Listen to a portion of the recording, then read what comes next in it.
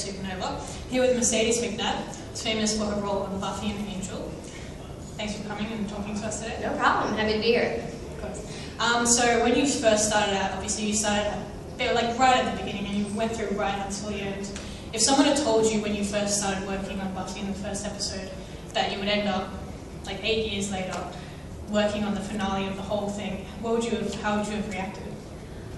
I would have been shocked because, you know, the pilot episode, we didn't even know if it was going to get picked up and made into a television show, let alone all the success, and then a spin-off show. So to say that, you know, the show would even go that long and all that stuff would seem totally out of the realm of anything that could possibly happen. So it's a total surprise and very welcomed, obviously. Yeah.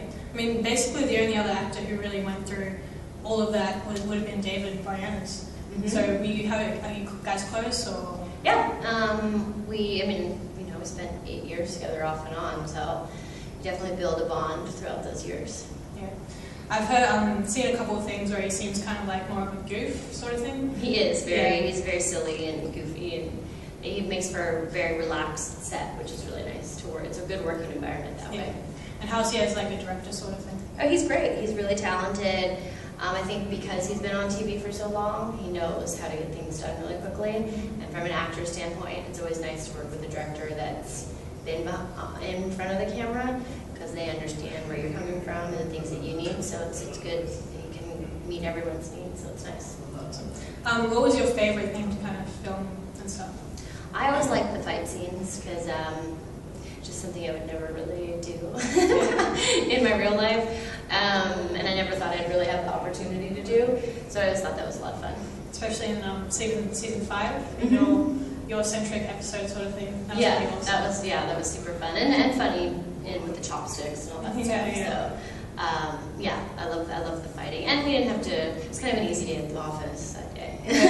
Fair enough. How was it working with the Muppet sort of thing in season 5? It was hard to keep a straight face, that's for sure. Yeah, it was when the Spike and Angel puppet were fighting in front of my desk. It was really impossible to keep a straight face during that, but it was I think it was such a great episode.